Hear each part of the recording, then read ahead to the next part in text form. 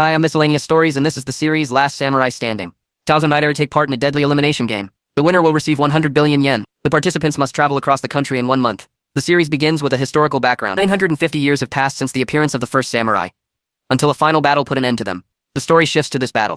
A warrior and a group of like-minded people flank the enemy to reach the enemy base. Having broken through to the main point, the dashing swordsman engages in a brief duel with the warlord, victory over whom means victory in the battle. But as soon as his comrades set off a smoke signal, artillery shells fly in response. Dazed by this unfamiliar method of warfare, the warrior falls into a trench, where he contemplates what a bad idea it was to bring swords to an artillery firefight.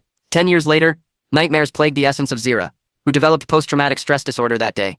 During this time, the authorities outlawed samurai, and an epidemic of a contagious disease swept the country. The wife and daughter of the essence of Zira are also sick. I was the one who contracted cholera. Don't blame yourself. To raise money for treatment, the warrior wants to pawn his sword. However, the pawnbroker doesn't want to buy illegal hardware, or a sword without a samurai is like a samurai without a sword, some kind of inferior beast. Please, I beg you. On the way out, the man sees a crowd discussing ads. Someone is recruiting martial arts experts for a tournament. The meeting place is a temple in Kyoto. The prize is 100 billion. The essence of Zira returns home just as his daughter dies. I couldn't. That evening she is burned on a ceremonial pyre. To save at least his sick wife and still healthy son, the ex-samurai decides to go to Kyoto. He lies to his wife, claiming that honest work awaits him there. In the city, Zira goes to the temple where a gathering is scheduled. It turns out the announcement has attracted participants from all over the country. A total of 292 participants have already signed up. Soon the master of ceremonies, Enzu, appears to explain that those who have changed their minds can leave now, otherwise they will become full participants. The time has come, and so we begin. The announcer's speech is interrupted by Ando, the local policeman known as Anjin the Sharp Whirlwind.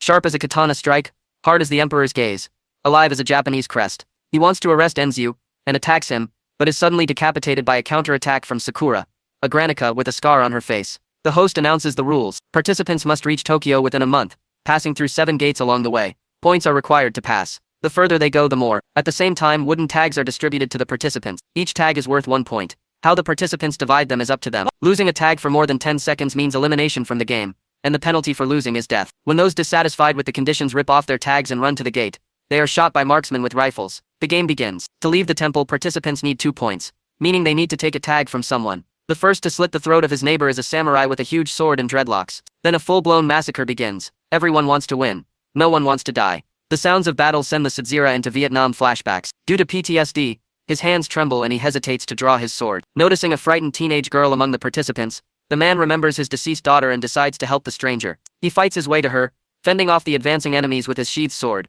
a vegetarian way of fighting. While the others are happily and joyfully slaughtering each other on dry land, the Sadzira takes the girl to the cellar under the house. Her name is Futaba, and she needs money for her mother's treatment. Mater and the swordsman tell them to stay close, and he will help her survive. Trying to loot the tag of a dead rival, the pair return to the courtyard. They hold the line near the torch tower when a clever rival removes Futaba's tag. The sniper takes aim, seeing the countdown, but the Sadzira manages to climb up and retrieve the saving piece of wood, snatching the offender's tag as compensation. As the frenzied crowd collapses the tower into the ornamental pond, Samurai takes the girl into the house to hide. There they are found by an enemy, who is knocked out by a dart from another participant. The mysterious stranger recognizes the Sadzira as a seasoned warrior known as the Kokushu assassin. As a sign of respect, he gives him the tag of the one he just killed.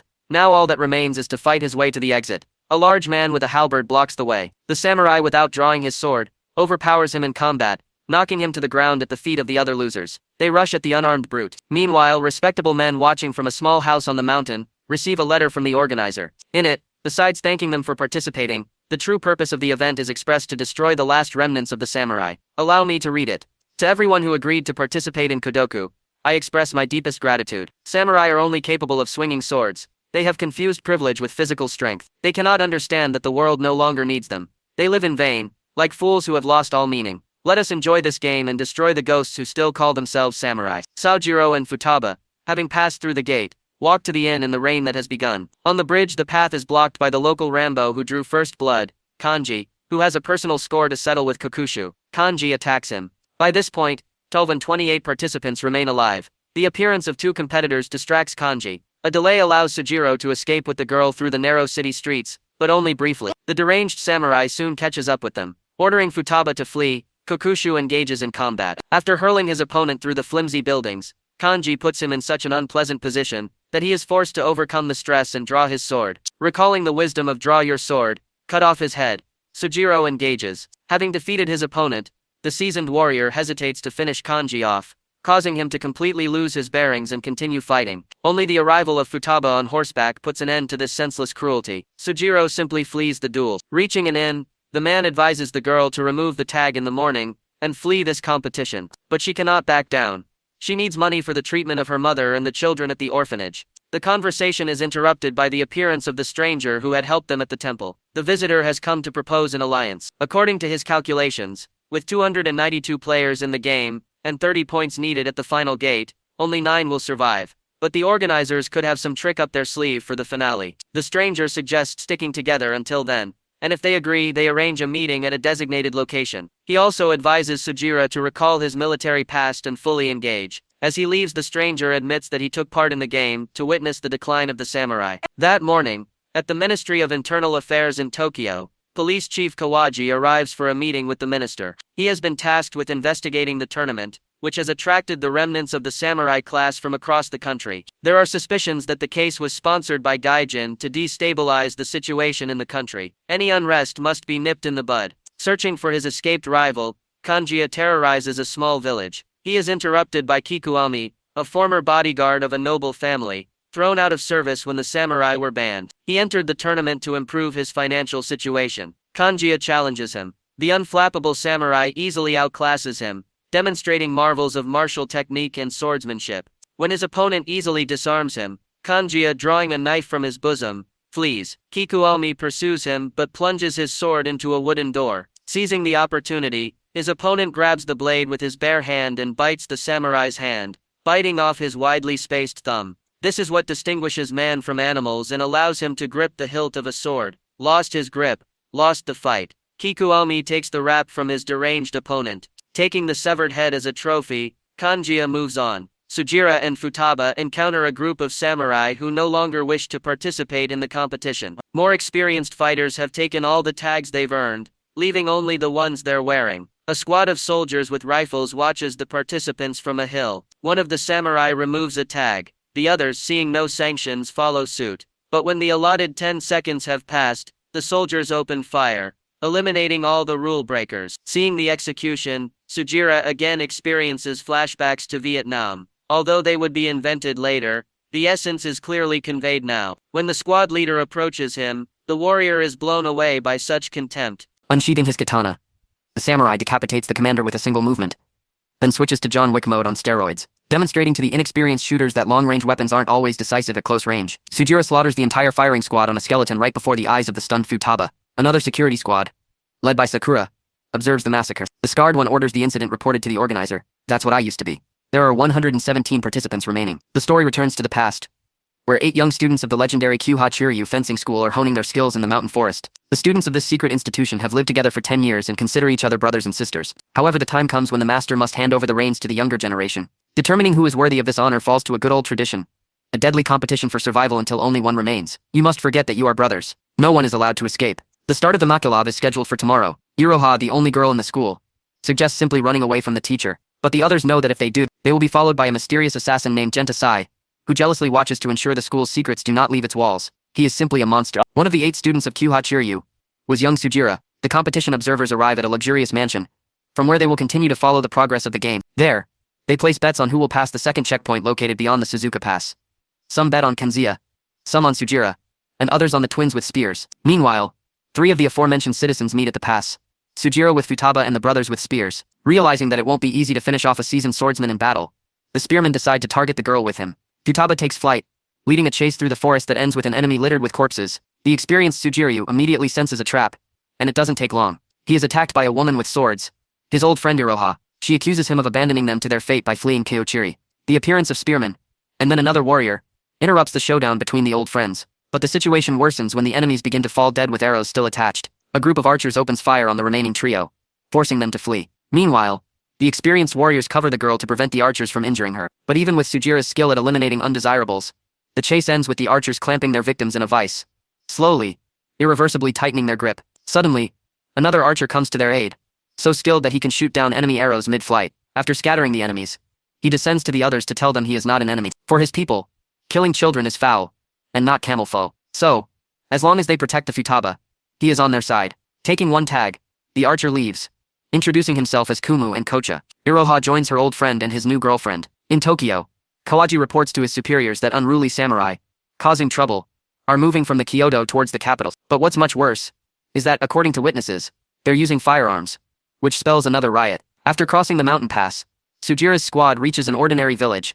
where a checkpoint for the game's organizers is hidden in an alley. It's kept secret to avoid attracting the attention of the authorities. Iroha earns a red tag worth 3 points for the total number of points. When asked what the game is, the private informant explains it's Kudoku, also known as the Three Beetles. That evening, the Trinity arrives at the inn where the stranger has arranged to meet them. He introduces himself as a Kyojin. They discuss the game of Three Beetles. Insects are thrown into a jar, where they kill each other until only one remains. Only the last survivor becomes a god and gains the power to destroy everyone. To prevent this from happening to the participants, the Kyojin suggests unraveling the organizers' true intentions. What's their purpose? He promises to conduct an experiment in the morning, after which he advises them to rest. In the room, Sujiro recalls his escape from Kyotiryu on the eve of a deadly challenge, recalling the wisdom of if you're not shit, you can escape yourself. The boy runs away from school, leaving his friends to sort things out. As he leaves, he hears the ringing of bells in the night, as if someone is invisibly watching him. Sujiro goes to Kiroha to find out what happened after his escape. The woman explains that they were forced to unite against the enraged betrayal of a tormentor who tried to kill them. Then they escaped, descended the mountain, and went their separate ways, fearing that the mythical Gentasai would find them and punish them. In the night, a gray-haired old man, jingling his bells, approaches the castrum where 3 participants are discussing where to ambush their rivals. Having unwound all 3 in a matter of seconds, he pursues the last one to look into his face. The old man is looking for someone specific. Only the boy, hiding behind a tree, realizes with horror that it's the same Gentasai. The next morning, Kawaji reports to Minister Okubu that 4 respected and wealthy companies, the so-called Zaibatsu, are behind the British firearms smuggling. By this point, there are 95 players left in the game. Iroha recalls how, after escaping, she earned extra money as a knife thrower, entertaining drunken patrons of a small open-air tavern. Then one of the Keiohataru brothers came to her with news. Gentasai had already killed 2 of them. To deal with the pursuer, they must team up, using a samurai tournament as bait. Kyojin breaks her from her memories, ready to share his 2-part plan. First, he plans to find out how far the organizers' reach extends. If he turns one participant into the police, will they be eliminated for breaking the rules? Second, he needs to find out where the bodies of the losers go. In Tokyo, Akuba suspects that the Zaibatsu representatives are plotting a coup d'etat. 4 of the leaders have gone on vacation. However, a suspicious telegram correspondence has surfaced from a location on the slopes of Mount Fuji. The police chief dispatches Kawaji there to bring the industrialists for questioning. They are warned of an imminent visit, but they are unconcerned. The power of the mysterious mastermind will protect them. After all, the guardian god is on our side. Sujiro's group goes for a stroll through the city as part of their plan. They enter an entertainment venue, where they spot several more participants. But the dive turns out to be a trap. Several competitors have hired local thugs, keeping secrets about the game itself so as not to break the rules. Realizing that today is not a day for bathing, the samurai decide not to indulge in a bloodbath, especially since they're practically unarmed anyway. Showdowns with the outnumbered thugs mostly involve fistfights. Only occasionally do humble knives come into play. The more bones they broke, the less enthusiasm the hooligans had. The inevitable outcome was the participants' capture. Kyojin gives them a choice. One will be handed over to the police, the other will be released without a tag. Either option is considered a loss and must be punished by the organizer. While the homegrown strategist conducts experiments, Kinzia, searching for a Sujira, stumbles upon the archer Kamua Kocha. To challenge him to a fight, the swordsman attacks civilians, killing 2 before the archer can knock an arrow. During the showdown on the street, Kamua Kochu manages to wound the frisky warrior in the arm through the chura. But this doesn't stop the defeated samurai. Disguised as a civilian, he continues the massacre until one of his arrows hits an innocent victim. This oversight forces Kamua Kochu to unsheath his blade, but a knife fight doesn't occur. Guards appear. Sakura orders Kanji to stop the provocation unless he wants to compete with a bullet. Kyojin gives one of the participants to the police, and disguised himself, he and a young man named Sayama, the other captive, follow the participant. When 2 officers arrive at the building for questioning, the young man, posing as a high-ranking official, follows. He learns that the police shot the captured participant, and then calmly left. Hiding in the ceiling, Kyojin goes to inspect the cell when the cunning officers return to deal with him. Meanwhile, Futabo and Iroha trick the organizer's security guards, who are monitoring the players, into following them through a maze of narrow streets. The girls lead the spies to the essence of Zira, lying on the ground, whom they mistake for an eliminated participant. After loading the body onto a cart, the guards roll it to the Mitsui Bank building, one of the Zaibatsu. Inside the bank, in addition to a safe, document storage, and a private telegraph office, there is a warehouse of corpses. The essence of Zira is planted on the unfortunate samurai. However, the man was only skillfully pretending to be a corpse. Upon arriving, he begins his subversive activities. After quietly strangling the communications operator, The Essence of Zera inspects the premises. Sakura enters with 2 assistants. The Essence of Zera initially hides, but this is futile due to the limited space. It turns out that Sakura is his former comrade, whom the samurai believed to have died during the notorious final battle, but he survived, and is now ready to duel to the death for old time's sake. Kawaji arrives at the mansion, where the leader of the Zaibatsu patiently awaits developments. Upon arrival, it turns out that Kawaji was the mastermind behind the plan to use industrial magnates' money to destroy the nation's outdated historical legacy. The samurai. Gentlemen, forgive me for keeping you waiting. There are 70 participants remaining. After reporting to Minister Akuba that the sought-after individuals were not found at their destination, Kawaji reminisces about how he ordered the artillery and riflemen to open fire on the samurai after the battle, finishing off both his opponents and his own men, all with the goal of exterminating the outdated class. At the Kawajin police station, using his speed and agility, he cheerfully dodges a police officer's shots, much like Neo in The Matrix. He rushes up the hallway where the other police officers have gathered at the sound of gunfire. Like a frenzied Jackie Chan, the samurai makes his way down the hallway and up the stairs, from where he climbs to the second floor and emerges onto the balcony. Accompanied by gunshots, Kawajin deftly leaps down before the race, then flees with Sayama waiting in the bushes. In the bank vault, Sakura orders her henchmen to lower their guns, so as not to distract their fellow samurai with what has destroyed their skill. They approach, then disperse, freeze in their stances, and fencing furiously. As a result of this approach, their trusty swords snap in half, forcing the fighters to use improvised objects and the folded weapons of the eliminated competitors. Sakura has nearly overpowered the former commander when the vault door opens, and a smoke grenade, thoughtfully provided by Uro Chiwajin, flies into the room. Taking advantage of the confusion, the Tsuji flees. The gang reconvenes to analyze the data. It appears that powerful forces are behind the game's organization, the police, who provide the people with weapons, and the Zaibatsu, who pays for it all. The question is, what are the true goals being pursued, and what awaits those who reach the capital in Tokyo? To be on the safe side, Kawajin asks the Sujiro to use his old connections in the government. After all, he was a prominent figure in the army. The samurai doesn't want to dredge up the past, which included the life of the futaba he'd become attached to. He heads to the telegraph office to contact the Ministry of Internal Affairs in Akabu personally. Maijima, the minister's assistant, responds after receiving a telegram. Sujiro promises to reveal details of the government conspiracy in exchange for the safety of a girl from their squad. Maijima promises to provide protection in the next city. After finishing the conversation, the assistant reports the situation to the minister. Kawaji has enlisted personnel for secret exercises without informing the ministry. Given this, he is the most obvious suspect. But there is no direct evidence. Maijima heads to the designated meeting point with Sujiro to obtain more information, while Secretary Akuba takes the telegram transcript to decipher the cipher used in the correspondence. Upon crossing the next gate, Sujiro's group encounters a new problem. They have plenty of tags, but the peace-loving Siam, who only loots abandoned pieces of wood, is left with nothing. The samurai want to abandon him, but the futaba's heart-stirring speech forces them to chip in so the boy can stay in the game. I won't be able to look my mother and the others in the eye. But while discussing the incident, a guard let it slip that the last 9 participants who reached the capital had a chance to survive. This information encouraged Kyojan. He still suspected a trick from the organizers, but at least there was a chance. Approaching another settlement, he suggested splitting up. They might be looking for him in the Siam after the incident at the police station. Sujiro and the girls go to the village where the fair is taking place. The remaining participants in the game arrive there one by one. The psychopath Kanzia, who kills left and right. The old man Genta Sayev, tracking down the school's traitors. Kyoja's former students Kiryu, and the sworn brothers Sujira and Irohi are also approaching. Kyojan intercepts them to bring them up to speed. In the capital, Secretary Akuba, having deciphered the code in the telegrams, receives irrefutable evidence of the Owase's involvement in the conspiracy. He hurries to his boss, who's been working late, but as he approaches, he's stopped by Enziu, a former entertainer and now a police officer. On his orders, his accomplice strangles the secretary to keep him from revealing the boss's secrets. Only 63 participants remain. The formerly disheartened Sujira stands on the battlefield where gunpowder weapons have been used, grinding a warrior into warm mince and cold steel. A samurai from the enemy army, Kanzia, appears nearby. Seeing a worthy opponent, he challenges Sujira to a duel. Sujira refuses,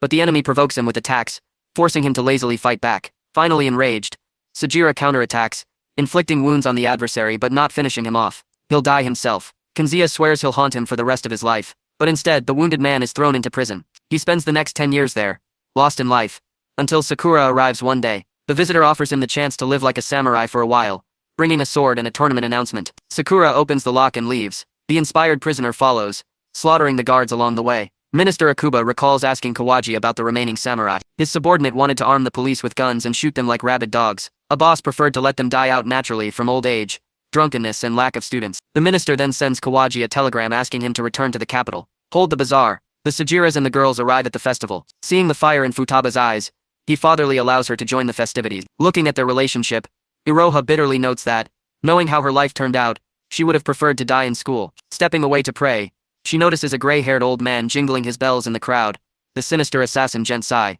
Glancing in Sujira's direction, the girl runs away to lead her dangerous adversary away. She wanders through the temple complex, trying to confuse the old man, but he relentlessly pursues her, not hesitating to stab any bystander who gets in her way. While investigating the girl, he leads the samurai to a well in the wilderness, the best place in the world to record the cursed videotapes. She is saved from complete defeat by the appearance of one of the brothers. He and his grandfather dance wildly in a fencing frenzy, lighting up the surrounding area with the clash of steel. Then, as if on a 2-for-1 deal at the Pyatoroka chain, the second brother jumps out. Together, the gang tries to subdue Gentasai, but it turns out they're failing. The old man is so seasoned that even a dagger won't take him down. Adashina tries to cover their retreat while Sansuka, the wounded woman, and Roha retreat to the rear. The student himself, in a fit of cunning, uses a sneaky maneuver, wounding the old man, then uses Karate 101, and escapes. Meanwhile, Sajira encounters Kanjiya in the festival square, who demands a fight to the death. Futaba intervenes in the skirmish, after which Kanjiya takes her captive, threatening to kill her. Then the notorious assassin Kakushu will condescend to him.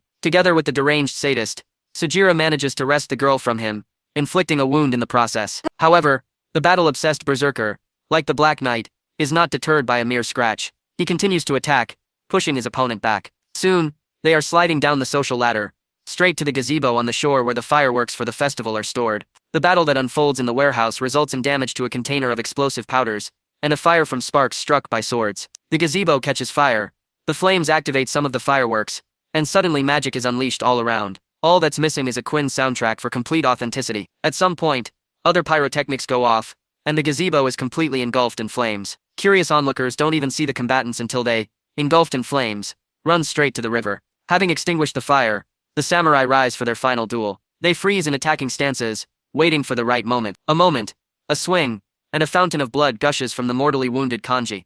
Dying, he admits his happiness. The next day, Kawaji, having received a telegram, returns to the capital. The minister is on his way to meet him, when the carriage is suddenly stopped. Outside, Sakura, her face bloodied, bears a message from Kawaji, a sword to the liver. No one lives forever. Soon, news of the murder of the Minister of Internal Affairs spreads throughout the country. Sajira, arriving in the city, receives a message from Meijima. Having failed to receive it, he returned to the capital, due to the murder of Akuba, and advises the samurai to follow suit. At that moment, a carriage carrying Kawaji, the true culprit, passes by. Iroha and her brothers have laid low, nursing their wounds, but she reminds them that as long as the Gentasai lives, they won't be safe. To shut down this vile Gentasult once and for all, they need to band together, like they did in childhood. At this point, the old man himself returns to Kawaji. He is surprised that he couldn't handle the young men, even after being told where to look for them. Really, I couldn't kill them. I even told you where they are. The Zaibatsu industrialists rejoice at how skillfully the policemen dealt with all their problems. Ahead of them lies a thrilling slaughter of the remaining samurai. The weaklings have been weeded out, leaving only the most dangerous. There are still many of them, and only half of the allotted path has been completed. On this optimistic note, the first chapter ends.